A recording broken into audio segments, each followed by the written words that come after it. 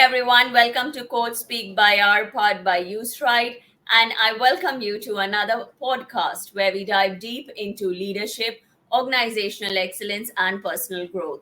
Today, we are honored to host Commander Girish, the CEO of Beyond Horizons, a top consultant for leadership and organizational excellence. Of course, a former submarine commander, tuned leadership coach. He brings a vast array of excellence under his sleeve. And of course, he has multiple workshops and trainings that are conducted. One that I couldn't miss to mention is Winner for Life, where he transforms teams, instilling unity and motivation in the journey of wisdom. So, welcome, Commander Girish. Welcome to our show. Thank you very much. Thank you for having me. And it's always a pleasure to be with you guys. Great. So, my first question to you, I was going through your profile and it mentioned Commander Girish, and then we have leadership coach. So, can you tell us your journey from being a submarine commander to a leadership coach? Okay, sure. Thank you very much for. Yes, so for 22 years, I've been a submariner in the Indian Navy. Uh, in the Navy, I was in the submarines and I commanded a submarine called Shankush. So, the armed forces is basically a lot about leadership, a lot about teamwork. Everything revolves around your leadership and teamwork qualities that is imbibed in you as a leader and your team. And that's where a lot of lessons were learned by all of us, including me, as to how does one lead oneself and the team so that we always feel motivated and inspired to do one's best. So when I left the Navy in 2004, uh, this sort of was coming to me naturally, though I was never a formal trainer or leadership coach in the Navy. But as they say, there were some twists and turns happen, and I was invited to one company to give a talk about submarines and what sort of leadership and teamwork went on in a submarine. Because in a submarine, you're underwater for prolonged duration. In a enclosed steel cylinder, 40 people together Yeah. for let's say 40 days, 50 days. It's a different ball game altogether. It requires huge psychological strength for all 40 to remain together. And we're Absolutely. seeing it's like a AC three-tire compartment. And that's Yeah. where, Yeah. so I knew a lot of things, but never formally trained anybody. But then I was given an offer saying, why don't you come and train us? And I said, okay, let me give it a try. And we did a team building program for that company 20 years ago. And that's how the journey began. And then you realize that lots of things that we did in the armed forces have huge relevance in the corporate world. While the Yeah. specific context of the team and the situation might vary, the leadership principles remain the same. They don't change, irrespective of your profession. They remain the same, and that's how the journey began 20 years ago. And 20 years is a long time. As I say, a lot of water has flown under the bridge, and yeah, learned many new things of how the brain functions and about leadership and attitude and mind. So that's how the journey has been. Amazing. That's really inspiring. And of course, being in that confined space of a metal cylinder for 45 days plus 50 days, it does require a lot of psyche to be developed because there's nowhere to go. You're just there in that confined Absolutely. space. So, hats off to you. So, my Very next true. question to you is what are the principles that underpin the approach of your leadership? Yeah. So one is the leadership itself means you have to be one with the team. There are various types of leadership. One is I can lead by a diktat. I can give an order and things are expected to be followed.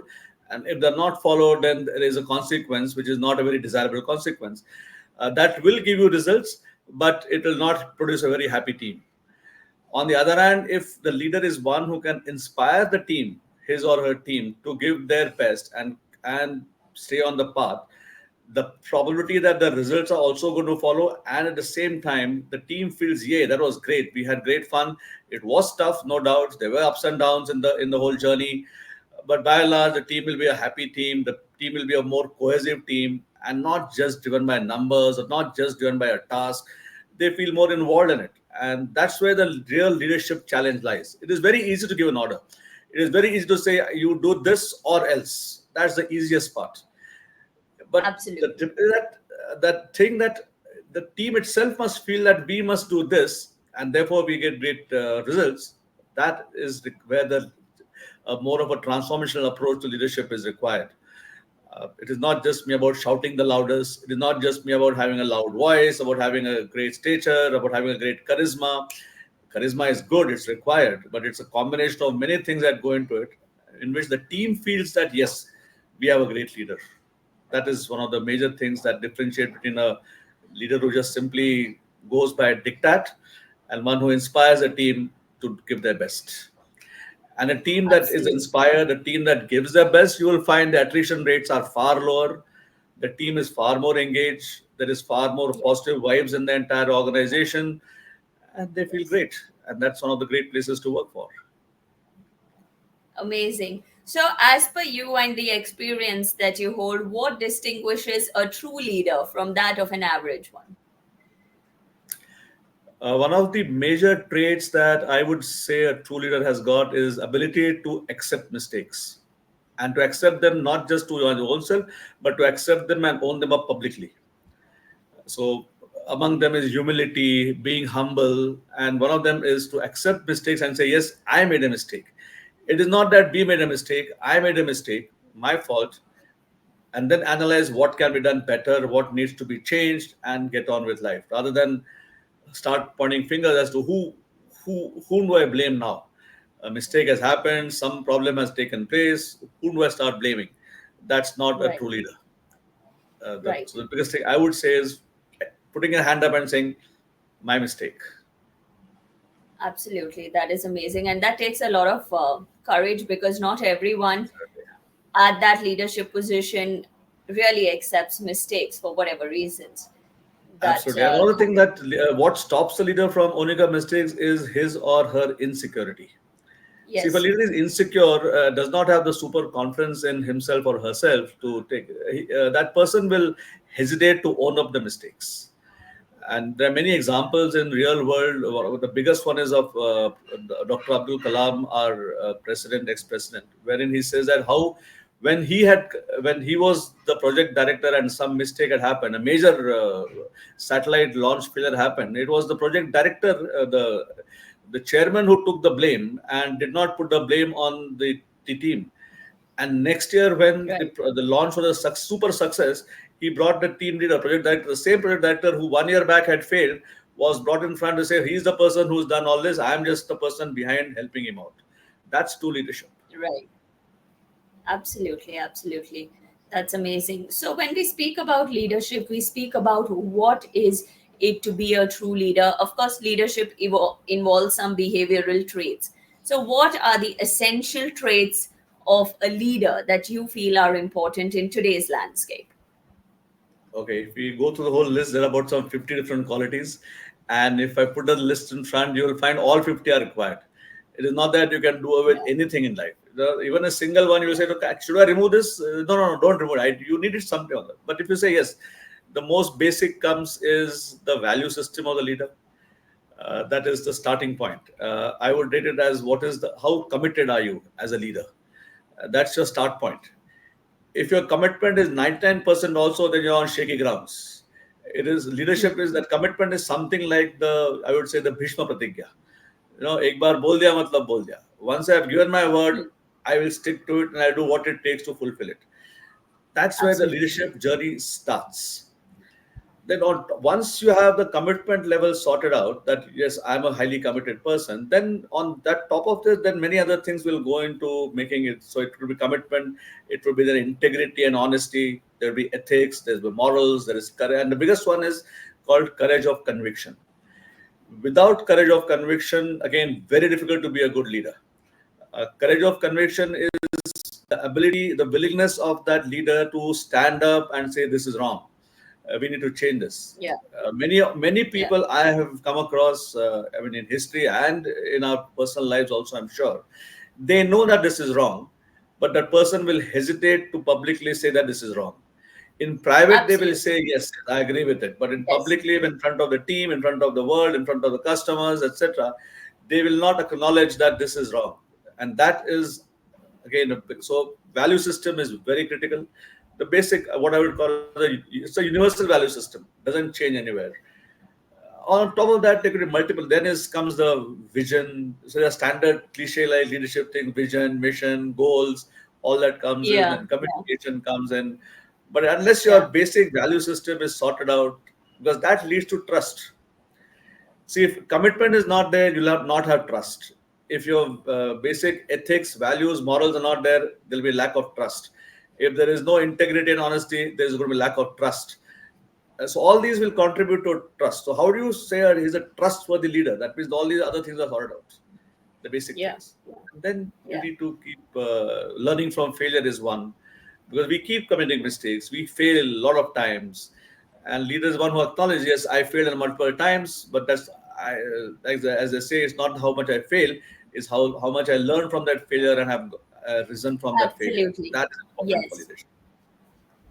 Great, Yeah. great, So amazing. So, like you mentioned, that communication is very important as a leader. In fact, everywhere, communication is like the buzzword these days. That whether it is an interview, whether personal, professional life, communication, and especially the way you communicate is of absolutely. utmost importance. So, what do you feel for a leader, the genuine connection and the qualities that you have to relate to in today's digital age?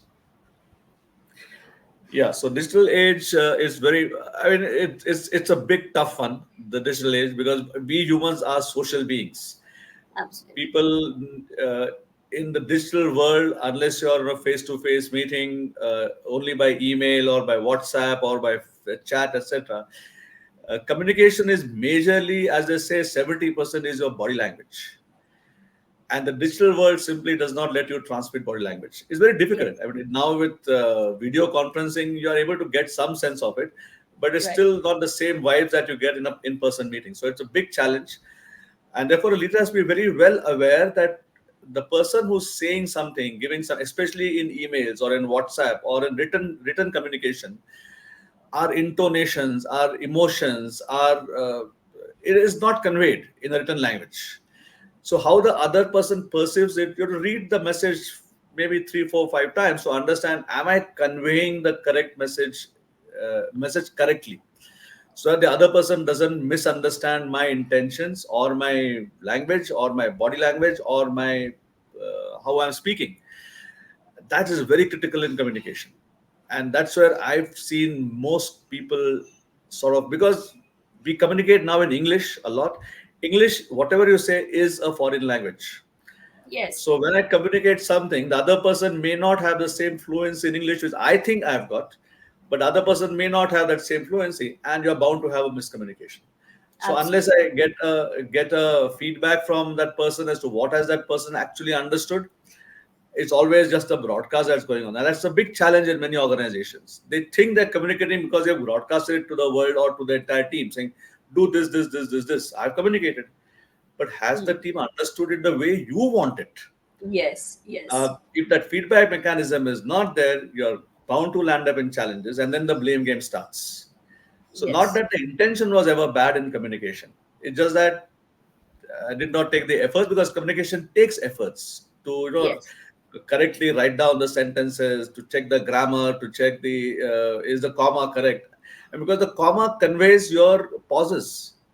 If I don't put the comma, it's a continuous sentence, and the other person will construe it differently, because that person's understanding of English could be different from that of mine, Yes. and you'll end up in problem after that. And then you stand. Then a lot of time is spent by the organization trying to sort out what went wrong, why did it go wrong. Both Yeah. wanted to communicate well, both wanted to do whatever is required to be done to the best of their abilities, but the challenge happens, problem happens because of communication. Yes. It's So very the important that intention is organizations never spend a wrong. lot It of is time. just the perception that happens in a wrong way that causes all this chaos around and the nuisance around Absolutely. communication. Absolutely. So it's very critical that communication is mastered. The art of feedback is mastered. Yes, People that's know at to most. communicate. People know how to talk. People know how to send up an email. People know how to send a note. People know all that. But what they really don't spend their time, energy, and efforts is on getting the feedback. He has that other person understood the way I want it to be understood. Yes, That I would say is absolutely. very important. That is very essential. Feedback skills. In fact, it should be one of the skills that everyone should go through training, because similar to listening and hearing, hearing is just there, but listening is something that is important. Everyone says that we are listening, but they aren't actually listening. They are doing the Absolutely. hearing process. So Absolutely. similarly, feedback is a very underrated term, but if it is put to utmost use in the skill and the efficiency that it generally is supposed to hold, it can do wonders. Absolutely.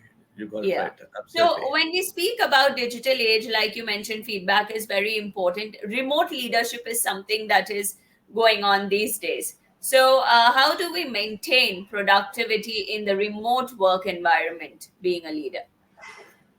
Uh, so in the remote work environment, I mean, I can go by my experience as a submariner. I mean, and that relates very well to today's world because in a submarine, when a submarine sails, there is no communication to and fro happening between a submarine and headquarters much. There is very limited communication, very limited. Therefore, the orders that are given to the submarine had to be very precise. There should be no ambiguity in the sentences, in the way the order is constructed. Everything is very precise. Now, when you have remote workplaces, when people operating from all over the world, communication again becomes the key. That means whatever you need to convey, is it conveyed perfectly? And there are techniques to be used by which there should be no ambiguity in what your sentences are conveying. Once you get that, then that person is now free to work. So one of the things that Peter Drucker had started with was management by objectives. That means your objective must be very crystal clear. So a lot of time needs to be spent by the management, by the leaders to say, are my objectives clear? And then maybe it is up to the person who's remotely working as to how to achieve those objectives. What I have seen in many organizations, they spend too much time on micromanaging the person who's remote. It Yes, will never yes, work.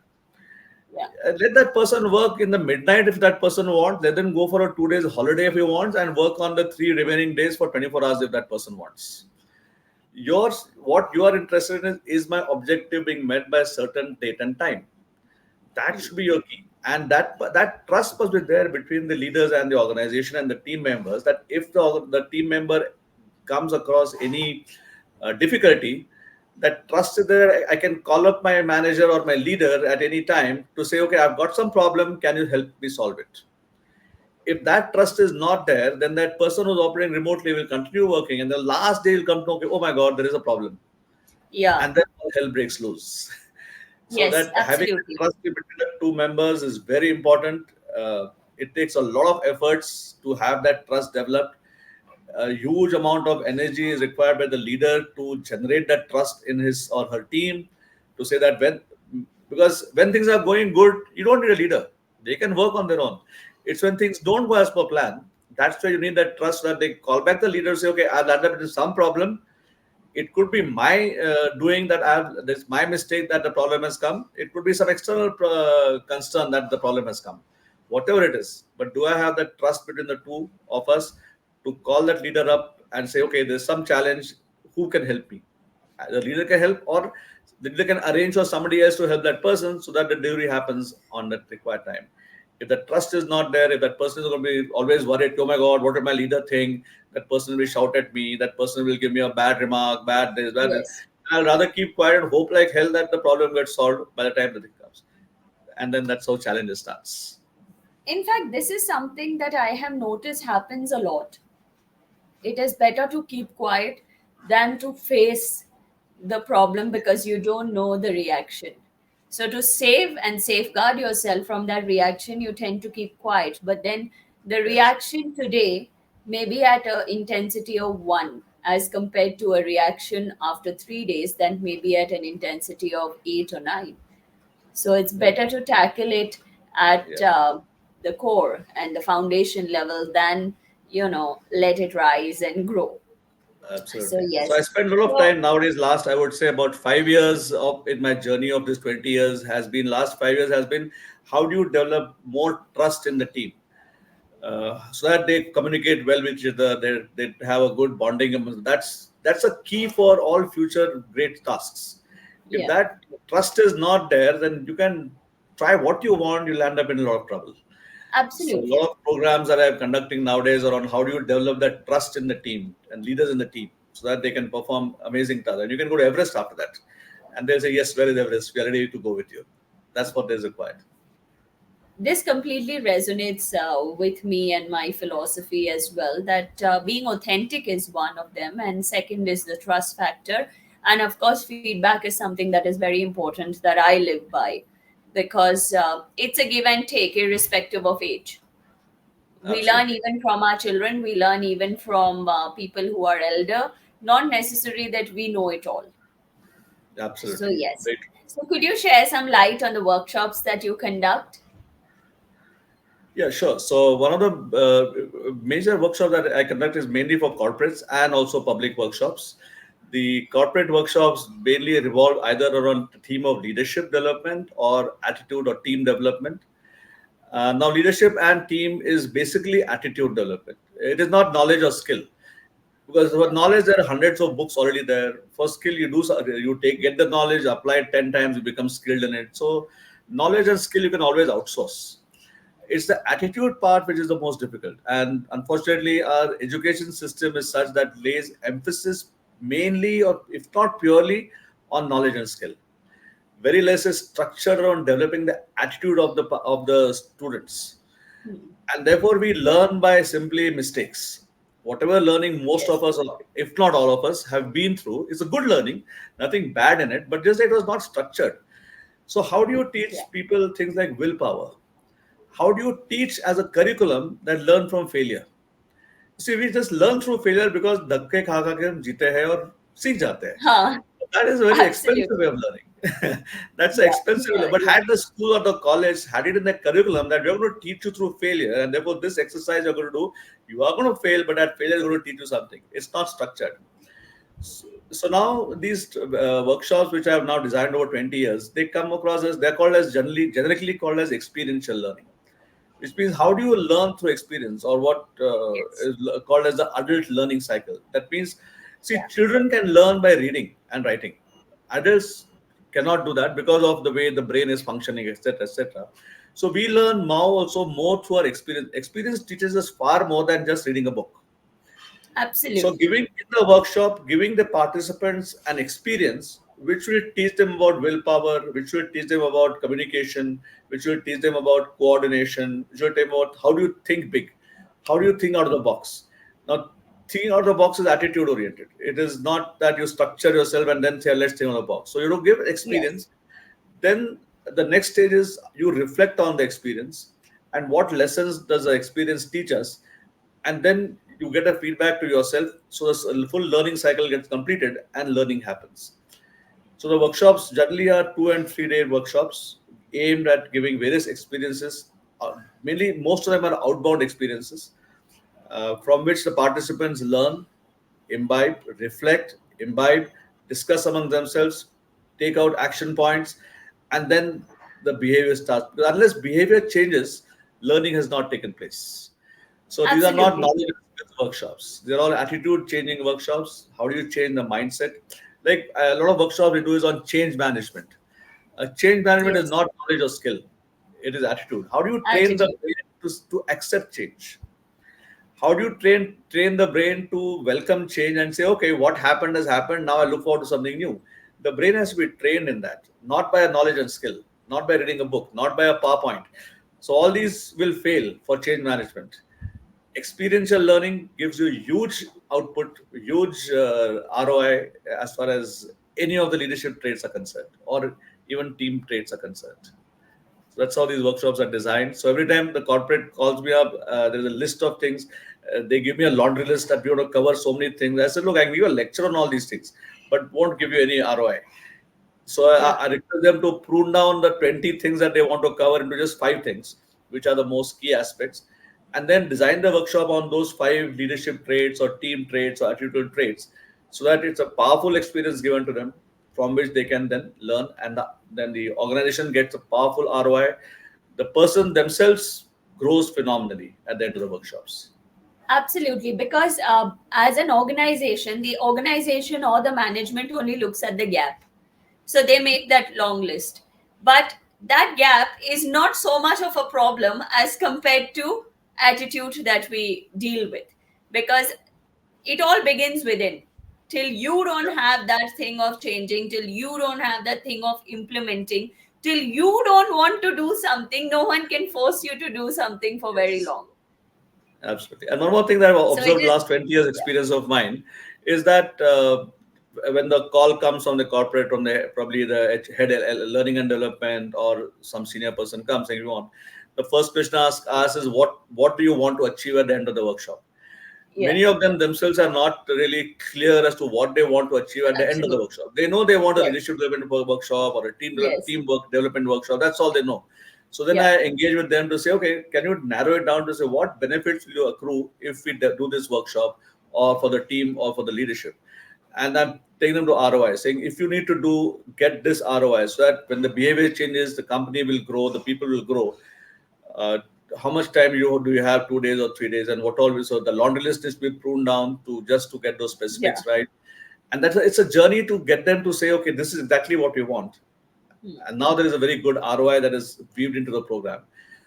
So there are two types of companies which I have realized now. There are some companies which treat this as a cost, and there are quite a few companies who treat this as an investment. Those companies which treat this as a cost always look for the lowest quotation. They are saying Yes, just we want a tick mark to be done. yeah, And there are yeah. those people those companies who are in the investment category. They look for the ROI. Say, okay, we want one of the best, the very good persons to come and deliver the programs, and therefore the cost could be higher. But then also we know that the ROI will The be much higher. impact has to be there, of course, of Absolutely. course. But as far as my experience also with the corporates and with a lot of organizations, they all believe in that cost, because for them training is the least priority, but they don't understand that with the proper training, with proper support, their organization can actually grow to new heights. Yeah, So it's yeah, absolutely correct. Absolutely correct. So those so when realized we speak, companies are the ones. So yeah, yeah, please go ahead. Sorry. tell me. No, that's what those companies who realize that it's an investment are willing Yes, to engage with people who are good, who've been in this industry experience a lot, and therefore maybe command a higher investment to be with them. And yeah.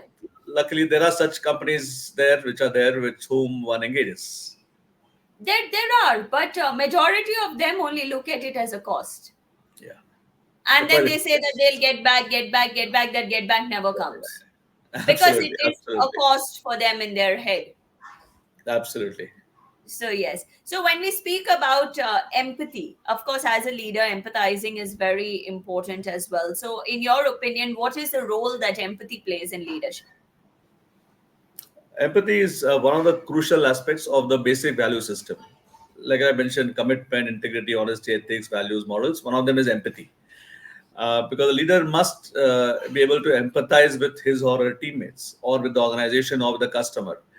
It doesn't mean that you always say yes or no to the other person, but you must at least understand and not just understand, but really just a महसूस करना बोलते हैं, empathize with what if you say a yes or a no, what are the repercussions or the consequences on the person to whom you are responding. Hmm. And therefore decision making becomes much better if I empathize with the other person. Yes. Otherwise, I simply go by my principles. Because I could be a man of extreme principles. I could be very, very honest, very high integrity. It is like I don't know if you've seen the movie Three Idiots. There is this character called Viru Sahasrabudhe, a Yeah. man of very high principles, extremely rule bound. So he was always right as far as he was concerned. But his intention was never that Joy Lobo should commit suicide. When he told him that no, you're being failed because you didn't commit a project. Now, technically, logically, by rules, Viru Sahasrabudhe was right, saying that you not submitted your project, therefore you failed. Yeah. But because of that thing, so he had no empathy with his students. On the other hand, if he had empathy, he may have had a different approach. He may still have not passed him, but at least conveyed it to him in a different way. Different way. Yes. It would have been Yes. so that at least a person doesn't commit suicide. And Yeah. that's that empathy plays a very crucial role for a leader to handle his or her teams. Without that, you are simply just a computer giving instructions. Yeah. Couldn't agree more. Couldn't agree more. So, what is the last piece of advice that you would like to give our audience? Um, I would say take life one day at a time. Be what I would definitely say is take life seriously, but don't be serious in life. So definitely have lots of fun. Enjoy your journeys. Life should be fun. You must enjoy your organization. You must enjoy the leadership role that you're in or a team role that you're in. You must enjoy it thoroughly. There's no point in getting worked up over it. So there are various techniques one can learn and utilize to ensure that we have a great journey. So do invest your time, money, energy, efforts in finding out various. There are lots of wonderful leadership coaches today in India and abroad who give you many of these learnings for free at times. Sometimes they're expensive. I would say invest that time, energy, efforts every 6 months in learning something new, how to make my life better. Because what you do today, after 5 years, you'll find as huge value. The thing that you learn, and like I said, always say that knowledge alone has got no meaning. It is application of knowledge that is the most important. Yes. So whenever you do such, Yes. get some new insight, maybe read a fantastic book, make notes from that book, and apply what is. There's no point in saying I've read 100 books on leadership. Take only one book. From that book, make a couple of notes and apply them. You'll find life is dramatically changed for you. So I say, Zindagi na milege dobara. Enjoy life, have a great time, and all the best. Thank you so much, Commander Girish, for great insights and knowledge sharing, as well as giving us the key components of leadership and how things work around the system. And of course, my sincere advice and my top key takeaways is that always remember that when everything has to be an investment and it should not be a cost. When you realize it is an investment, then change becomes necessary because everything in life is permanent but change. And of course, learning is that treasure that is going to follow you everywhere. Learning not only by the theoretical knowledge, but learning by applying and doing. That is how adults learn the best. So that's all from me, Elvina, signing out from Code Speak by our pod by Ustride. Until next time, keep shining and keep growing. Thank you. Thank you. Bye.